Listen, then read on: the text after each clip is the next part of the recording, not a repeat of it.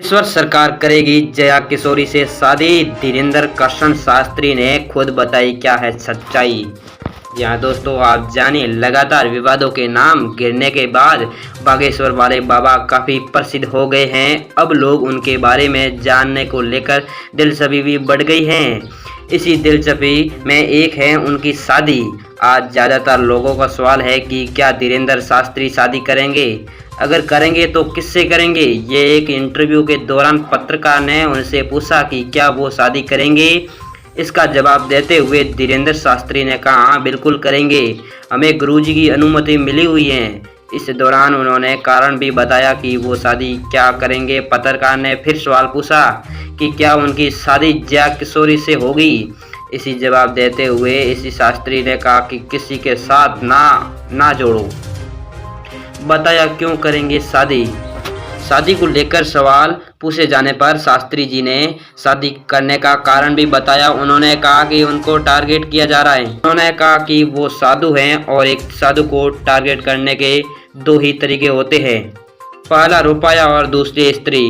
उन्होंने कहा मैं उनके टारगेट करने से पहले ही शादी कर लूँगी, उनकी सारी कोशिश बेकार कर दूंगा। रुपयों के बारे में उन्होंने कहा कि वो चंदा नहीं लेते हैं। लव मैरिज और अरेंज मैरिज पर दिया ये जवाब। इंटरव्यू के दौरान पत्रकार ने पूछा कि एक फेमस मोटिवेशनल स्पीकर और कथावाचक हैं जया किशोरी, कई बार आपका नाम उनसे जुड़ता है, क्या आपकी शादी उनसे होगी। इसी बात का जवाब देते हुए धीरेन्द्र शास्त्री ने कहा, किसी के साथ नाम ना जोड़ो, हमारे गुरुजी और माता पिता निर्णय करेंगे कि शादी कहाँ करनी है। नागपुर में कथा के दौरान अंतरजा अनमोल समिति के प्रमुख श्याम मानव ने धीरेन्द्र शास्त्री पर आरोप लगाया था कि वो समाज में अंधविश्वास फैला रहे हैं। इसके बाद उन्होंने धीरेन्द्र शास्त्री को चैलेंज दिया था कि उनके सामने चमत्कारों को साबित करे, वो उन्हें 30 लाख का इनाम देंगे।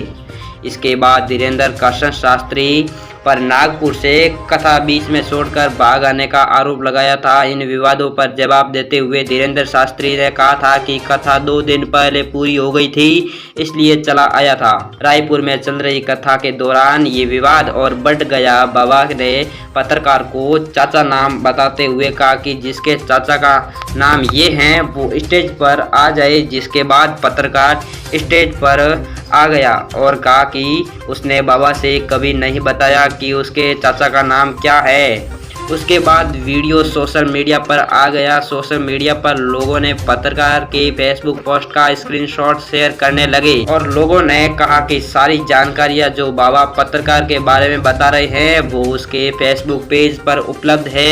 इसके बाद बाबा ने कहा कि अब उनसे कोई सबूत नहीं मांगेगा वरना नंगा कर दूं।